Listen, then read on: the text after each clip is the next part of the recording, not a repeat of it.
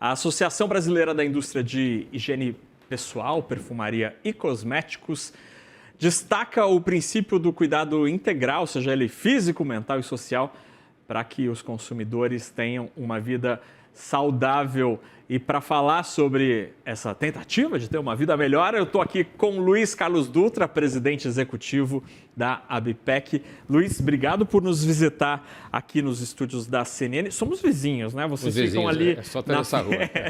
É bom que nem precisa gastar com o transporte para vir para cá. Luiz, obrigado por estar aqui com a gente. Como é que o setor está neste momento da economia tão bagunçado, mas com perspectivas positivas, porque eu sei que a indústria, por exemplo, está muito interessada nos efeitos positivos da reforma tributária. A indústria que nos torna mais bonitos está numa situação bonita? Primeiro, obrigado pelo convite. Tá? Eu acho que vale a pena, Fernando, dar um contexto para você. O setor foi um setor que apoiou muito a reforma tributária. A gente acha que traz aqui uma simplificação importante para os negócios. Né? Desde o início nós apoiamos. Só para dar um contexto, o Brasil hoje, esse business de beleza e cuidados pessoais, nós somos o terceiro maior país do mundo, o terceiro maior mercado do mundo. Tá? Nós temos hoje uma representatividade de 2% do PIB. Em relação à América Latina, nós somos 45%. Então, é um setor bem relevante e é um setor, o Brasil hoje é o quarto país que mais inova no mundo nesse setor. Então, a gente tem uma visão muito positiva em relação ao longo prazo. Né? Uma vantagem que o Brasil tem competitiva é um país que consegue ter os maiores players locais e globais aqui instalados há muitos anos. Né?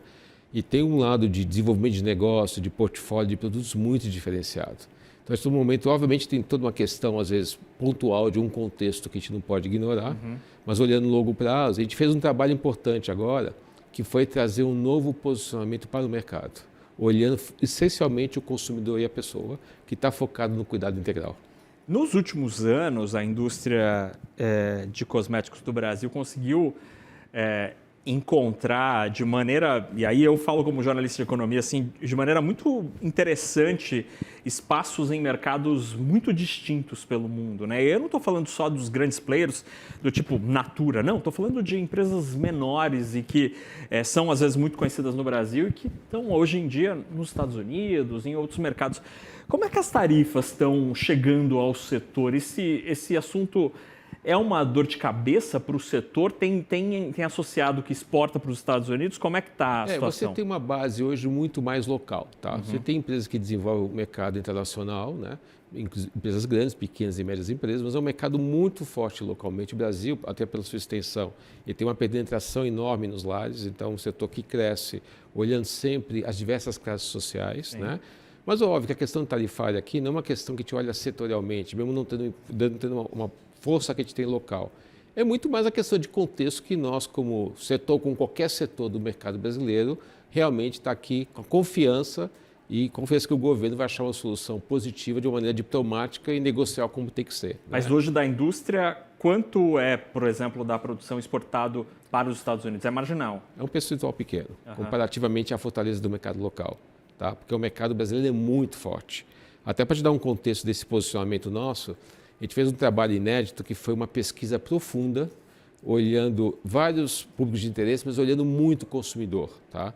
E veio uma descoberta muito legal para a gente, que até então nunca foi explorada, porque é um mercado muito grande, mas às vezes ele é visto de uma maneira muito fragmentada, porque se tem uma diversificação de canais, de produtos e de players. Né? A gente fez um trabalho com a maioria das empresas que representa hoje 80% do mercado, e nós chegamos a um conceito desse cuidado integral, que olha, o cuidado físico, que é óbvio, esse setor sempre teve essa questão física, né, como produtos de entrega, associado a um segundo pilar, que é o cuidado mental, que ficou muito forte após a pandemia, e o grande insight foi o cuidado das relações sociais, que a gente colocou como cuidado integral, numa perspectiva de que quando as pessoas se sentem melhor, autoestima, as relações sociais mais estabelecidas no nível pessoal e profissional, elas têm uma atitude mais positiva, né? E isso se conecta com o setor, porque é um setor muito focado, olhando do ponto de vista de negócio, em empreendedorismo. Para você ter uma ideia, nós geramos, em média, 7 milhões de oportunidades de trabalho por ano,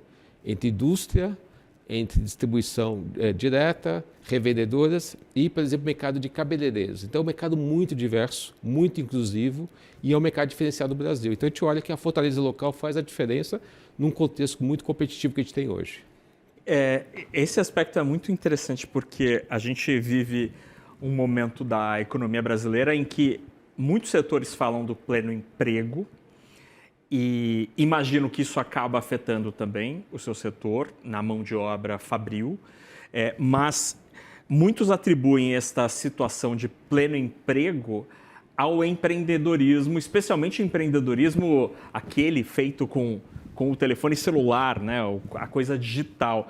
Como é que o empreendedorismo tem chegado e afetado a disponibilidade, seja de mão de obra ou de consumidores para a indústria? Eu acho que você é um setor que essa natureza... Primeiro, tem uma questão muito importante. É um setor muito bem regulado pela Anvisa. Então, todo e qualquer produto que vai ao mercado tem que estar aprovado e aprovado na Anvisa. Qualquer empresa que queira operar tem que ter seu registro na Anvisa. Então, tem um marco regulatório focado em saúde sanitária muito importante. Isso colocado, o lado empreendedor, como o brasileiro, hoje você olha as categorias que nós temos, por exemplo, a categoria de cabelo, produtos para cabelo, o Brasil é uma referência mundial. Então, você tem esse empreendedorismo natural, seja nas grandes empresas, nas médias empresas, nos pequenos empreendedores. E talvez tenha poucos setores no mercado com consumo tão massivo, onde o empreendedorismo, não sem razão, como eu comentei com você, o Brasil é o 4º país do mundo que mais gera inovação. Então, tem uma foco muito grande em geração de valor, em capacitação de mão de obra. Isso é um foco constante. Para te dar um exemplo prático agora, acabamos de inaugurar, lançar com uma parceria com a SPM, um curso de pós-graduação focada em inovação e beleza, que pega exatamente esse lado que você acabou de falar. E como este é um setor que está diretamente relacionado à disponibilidade orçamentária das famílias, especialmente a classe C e D. A gente está num momento de virada de página nesse assunto, né? Porque o mercado de trabalho continua aquecido, mas o endividamento das famílias está num patamar muito elevado, o juro está consumindo uma parte da disponibilidade e sem contar o fenômeno das bets que está tirando muita renda das famílias mais pobres. Como é que está a demanda para o setor? A gente não sentiu uma alteração nesse sentido, porque, como eu te falei, é um setor que ele tem um conceito muito importante de portfólio, categorias de todas as faixas de renda. Né? Mas aí você vende mais das marcas de guerrilha e menos das marcas premium. Não necessariamente, porque como é um setor muito focado em qualidade, ele tem questões muito aspiracionais. Então, o consumidor, ele pode até em algum momento, uma categoria ou outra, ele fazer uma opção. Mas naquilo que ele tem como importante para ele, até por essa questão de autoestima, questão da relação social dela, ele é muito fiel às marcas, mesmo às marcas premium, depende do momento. Então, ele sente que essa diversificação, essa inovação e essa penetração que tem no mercado brasileiro gera um ponto de equilíbrio muito importante que consegue suplantar essas variáveis econômicas que a gente vive às vezes. Mas vocês não sentem nenhuma alteração na demanda por causa da disponibilidade de renda? Porque, por exemplo, conversando com todos os setores parecidos com os do senhor, ou que estão disputando o mesmo cliente, né? Quando a gente conversa com executivos de varejo alimentar, por exemplo, eles sentem duramente o problema do juro elevado, isso está comendo renda, as bets estão comendo renda, e esse mercado de trabalho que começa a dar algum sinal de acomodação na renda também está afetando o varejo. É óbvio que tem um efeito, mas a gente sente de maneira muito incipiente ainda, pelo que eu te falei. Você pega o varejo que você citou agora, eu acho que é um tipo de mercado mais sensível à renda. O nosso obviamente, mas a diversificação, como eu falo, a pessoa pode optar por um produto talvez de um preço, uma precificação um pouco menor por um momento, mas a volta dele é muito rápida.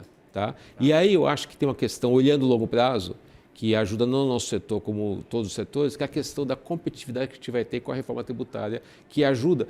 A gente sempre olha, acho que não pode ignorar a fotografia. Tem um momento mais sensível, isso é inquestionável.